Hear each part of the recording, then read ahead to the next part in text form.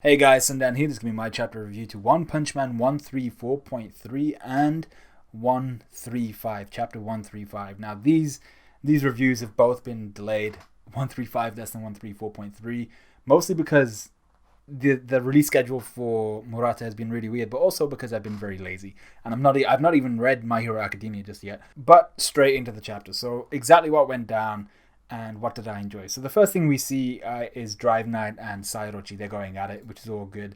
But this is the first kind of aspect that I want to address. Genos comes down. He lands on his feet. Superhero landing. Looking awesome as shit. And he sees the other S-Class heroes, and they're all looking at him like, oh crap, Genos. And you see Child Emperor, he's there sweating, he's sweating buckets because he's the one that was against Genos being part of the squad that comes to eradicate the Monster Association. He was like, I'm highly suspicious of that guy. I don't want him anywhere near this whole operation. So he's kind of feeling I think he's still suspicious of Genos, which is why he's just like, oh shit, the guy's here. But he also has to listen to Genos here because Genos is the only one that's able to help Tatsumaki besides Drive Knight at this point in time. So Genos is just there. He's like, look everyone, I'm going to give you the details later. Tatsumaki's trapped the boss of the Monster Association, but she's running on almost empty at this point in time. Drive Knight's helping her out. I'm going to go head back in for support. And then he just leaps his way out of there. I was like, oh my god, like this is such a badass moment for Genos. I was almost very sure, almost 100% sure that Genos was completely out. He'd had his 10-second span of fame. He had his 10-second kind of glory moment, and then he was just gonna fall down, land on his head, and just collapse and die. But no, he does a superhero landing. He commands the other heroes. He's like, you guys should probably help us out as well if you're capable." And then he goes straight back into the fight. I was like, this guy, he is truly a hero in the sense of he puts his body on the line. He doesn't care if he's tired. He doesn't care if his body's failing. He doesn't care if his core is just melted away. This guy, lightning and electricity is still flying out of his neck. It's electricity more than lightning, but electricity is still frying up his neck and stuff like that. His core, and he's still going back in. I was like, yo, this guy's crazy.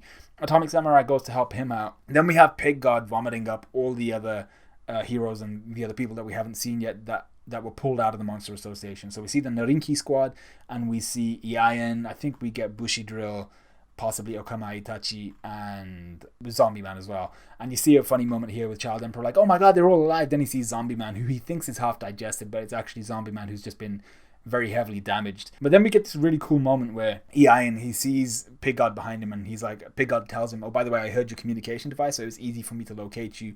You'd already gathered everyone in the same place, so you did a really good job as well. So he's kind of commending Iain for the job he did. But Iain's more kind of happy about the fact, and he's now relaxed about the fact that he was able to save everyone and no one was harmed around him. But he's also looking at Pig God like very, very samurai-esque in the sense of, how can I repay you? I was like, okay, this is pretty cool. Iain's a really down-to-earth, really likable character for me. And then we get this solid moment where he sees Atomic Samurai having just failed an airblade attack towards Sairochi. He realizes he can't reach her from here. He just looks at his master, and I really wasn't expecting this. I said this on the podcast as well, which should be on Grimm's channel in the next 3-4 days, probably, maybe less than that. But he looks at Atomic Samurai and he's just like, I managed to stay alive. And we know that Atomic Samurai, his kind of duty for Iain was stay alive. And I feel like that extended to keep your boys alive as well. Keep Bushi Drill alive, keep Okama Itachi alive, keep the people around you that you need to keep alive. But it extended to the apprentices, Iain, Bushi Drill, Okama Itachi. And Iain being the leader of them, he had the most pressure on him to keep the other two alive as well. So I feel like he had that pressure on him. I feel like, I mentioned this in the podcast, I feel like he did a very good job of that, of keeping them alive, of making sure that he led by example, but also he didn't lead them into battles where they'd be fighting against, for instance, a Maya Mask with hot heads for no real reason and probably get killed as a result of it. So I think he did a really good job of that. And I wasn't ready to see this level of emotion from Iain, looking at his master and saying, I managed to stay alive, I managed to do the things that you wanted me to do, and I managed to keep the other guys alive. And you just see this kind of, not even respect, you see this moment with Atomic Samurai where he kind of processes all of this going on at the same time. He realizes that Iain must have had a hard time of it, and he's just there like, you know what, you did a solid job, you did what I asked of you, and you couldn't have done any more than that. You've matched my expectations. So I really like this part, and I like the master disciple interaction that we got here. Going on to the next kind of master disciple interaction, we see Tanktop Master. He's all the way on the other side of all the goings-ons with the Monster Association. He's clearing out some rubble to save this woman and her child and stuff like that. and he's just basically shouting around asking if there's anybody else that needs to be saved. And the really funny part here is you have the characters behind him, like Lightning Max, and I've forgotten that gorilla guy as well. They're just like, oh, how did he lift that rubble? And he just turns around, he's like, it's Tanktop Magic. I was like, this guy, he's definitely, there's something up with these guys, and the way he just turned around, like, it's Tanktop Magic. I'm like, nah, it's more like it's Tanktop steroids, bro. I loved here the interaction we got between Moomin Rider and Tanktop Master. You have Tanktop Master talking to Moomin Rider, and he's addressing him as almost like he's an equal. Moomin Rider's addressing him as Master. I'm not sure whether that's, Tanktop Master, whether he's addressing him by his non-family name, his family name being Tanktop. I'm not sure if he's addressing him as like a friend, or if he's actually calling him like Shisho, that type of word, like in the sense of, you're my master, in the sense of he would be the apprentice to Tanktop. I'm not sure if that's what their relationship is now, but I really like the way that they're interacting, the way that Tanktop sees him as a hero, and that's all that matters to Tanktop. He's like, I don't give a shit how strong Moomin Rider is. I just see him as a hero, and that's good enough for me. He's my equal because he has that heroic capacity. He has that heroic desire to want to save people for no other reason. There's no gain, there's no fame, no money, nothing like that. He just wants to save people because he's in the position to do so, and that's what Tanktop respects about Moomin Rider, and Moomin Rider in kind of turn respects that about Tanktop Master. So I really like that. That's the reason why they get on, and there's nothing more to it besides that. Tanktop's like, you're my equal because you believe in the same kind of things that I do, and I'm your equal because I believe in the same things you do. So I really like that. And then I really liked the fact that Tanktop, he realizes, okay, I need to go over to where Tatsumaki is, where Drive Knight and them lot are. Well, actually, where Genos and them lot are. Before he goes, he turns to Moomin Rider and he's like, hey, I'm going to leave the rescue operations here to you. Make sure everyone gets to safety, all that good stuff. Make sure they get medical attention. And he kind of just defers all leadership to Moomin Rider, who's probably the lowest ranked hero there. So he defers all leadership responsibilities to him, and I really like that as well, because it's almost saying when an S class vouches for someone who's in, I think, B class or C class at this point in time, when an S class vouches for them, that's almost like saying this guy's going to be something special in the future.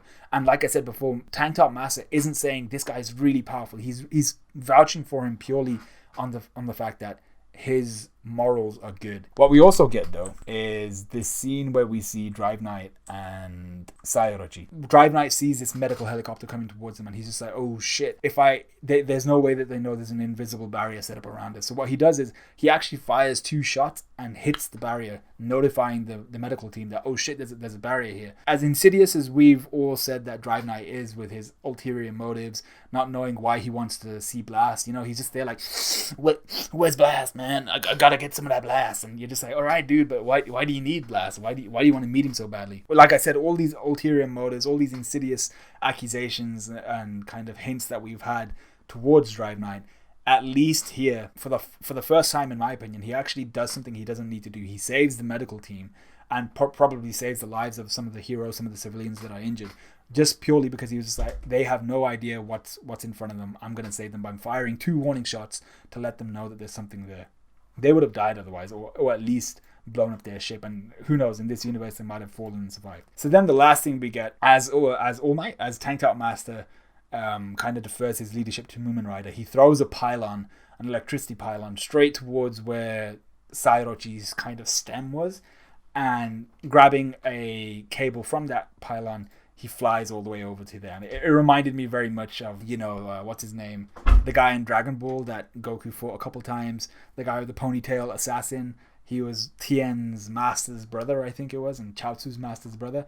That guy, it was very, very reminiscent of that. So that's basically that chapter. The only other thing that was interesting was Atomic Samurai makes mention of the fact that the S-Class heroes are cooperating. And like in the podcast, the interesting part there is that the S-Class, I think, would need to cooperate in the future as more and more of these monsters pop up that are more powerful. And as this god character gets introduced, if they start cooperating, maybe they can actually teach some of the lower classes more about, well, not more about becoming a hero, but more about how to become more powerful, instilling their teachings in them like Atomic Samurai could, and just kind of teaching them the ropes of how to be a powerful hero rather than just the characteristics of a hero, which is what they kind of need. So then the second chapter is chapter 135, Disgrace and Fundamentals.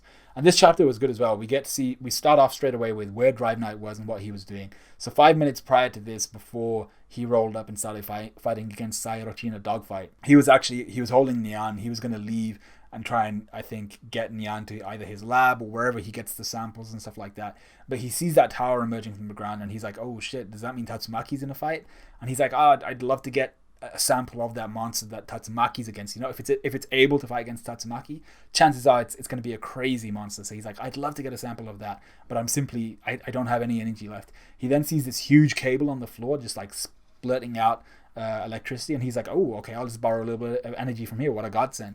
And you see, this is where the insidious accusations come back to Drive Knight. He shoves his arm in there and he's just juicing up all this energy, siphoning all this energy, and you see in the distance he absolutely drains what looks like an entire city's worth of energy for himself. And I'm just like, okay, but what about the civilians that needed that? Not necessarily just to cook some food or anything like that. You can survive without food and water for a day. That's calm. What about the hospitals? What about all the medical stuff? What about for instance, if there were fires and stuff like that going on? All the emergency stuff that needed that electricity that he just juiced, he decided, no, I'd rather help Tatsumaki beat this beast, having no knowledge that in fact this beast is probably like a dragon, above dragon level monster. He has no knowledge of that just yet. He just deduces because Tatsumaki's in a fight against it, he's gonna go and take part, and he's gonna take as much energy as he can. So I was like, ooh, that's a big assumption for him to make, and possibly endanger the lives of hundreds, maybe thousands of civilians with not even a single thought about them. So I was like, okay, cool, maybe there's something more to Drive Knight here.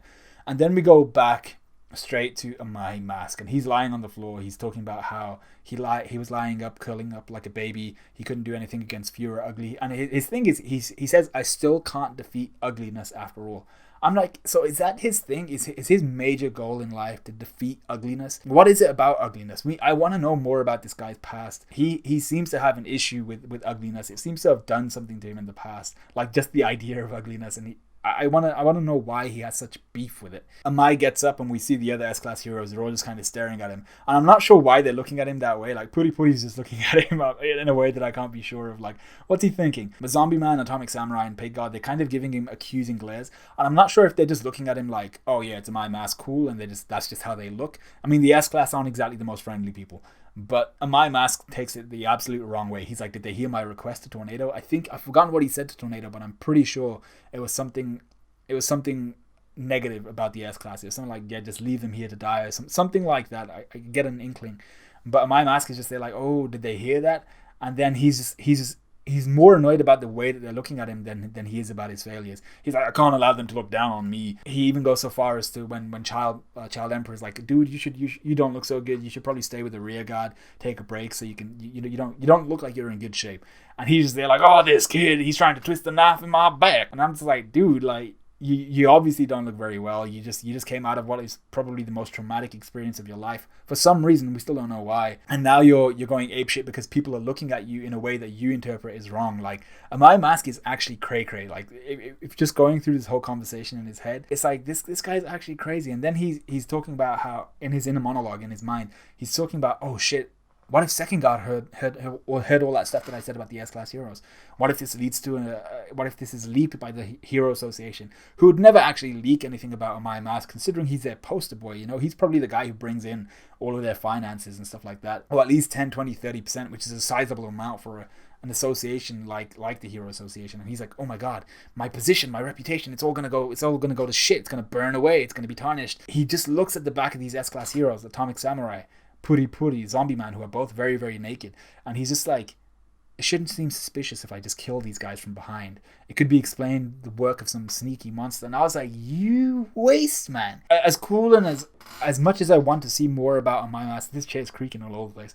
But as much as I want to know more about Amai Mask and his beef with ugliness and what his history is and all that good stuff, this guy is the most snide, the most sneaky, the most insidious, that word again, character in this whole series. Like, Drive Knight, at least he looks the part. He looks like, hey, okay, you know what, from the beginning, you with your cyclopia, I don't even know what they call it, but with your one eye and your design, your kind of crazy ass hair that makes you look like a bit like Shinzo, you kind of fit the bill of being someone who, you know, there's some underlying motive. There's something in the vein of treachery within Drive Knight. But with Amai Mask, like I suppose it's in his name, he's Sweet Mask. You know, he has that kind of facade that that appearance of him being on the side of the heroes, but he's also very open to the idea of killing all these heroes, which isn't a very heroic thing. Ian then goes up to him and he's like, hey dude, you really don't look good, are you fine? And this triggers some sort of memory in a Amaya Mask where he sees Blast, and I was like, okay, cool. And I'm not one of those guys who's been really hyped about Blast. I was really happy to see him, but I'm not gonna go ape shit just because it was Blast, you know. I feel like that's the cool thing about this manga. Everyone else is kind of second place to Saitama, so it's like Blast, oh my god, but yeah, Saitama's probably stronger than you. So I'd like to know what Blast's relevance here is story wise, but it looks to me like there's a number of things here that could have happened. Now it looks like Blast has some sort of history with the Amaya Mask, but when we continue from this page, this double spread with the Amaya Mask and Blast. And My Mask then goes on to say, I was about to forget the fundamentals. And he's talking about fashion, but really he's talking about himself and his heroism.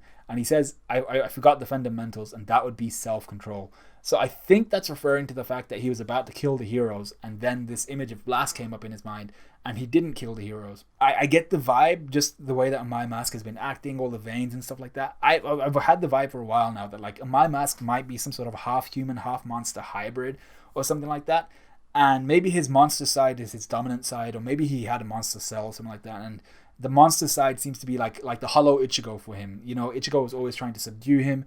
Ichigo didn't know what to do with him until he met the Vizards. And even then, the hollow side would come out when he was in dire situations, like when Ulquiorra popped a hole in him. But it looks to me like My Mask has this monstrous side that he keeps suppressed, and when under pressure, when he doesn't really know what to do, when he's angered and all that good stuff, when he sees this ugliness, that monster side comes to the fore and takes over and starts to like kill things. So it looks to me almost like Blast might have actually stopped a My Mask in this flashback kind of panel we get, where maybe a My Mask was actually going on a rampage, and it looks like it looks like there was a monster in the background that was killed by either a My Mask or Blast.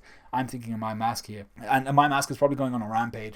I reckon Blast probably stopped him and was like, alright, it's fine now. And then he either instilled a lesson into a My Mask, or he taught him how to subdue and control that monster side of him. I'm not sure. Or maybe it was just that My Mask was about to get killed and Blast saved him from getting absolutely clapped by some monsters. I don't know what it is, but that whole part where it's just like, I forgot that part of me. I forgot kind of what Blast taught me, which is self-control. That's kind of vibe I was getting from it. And I'm just like, but why?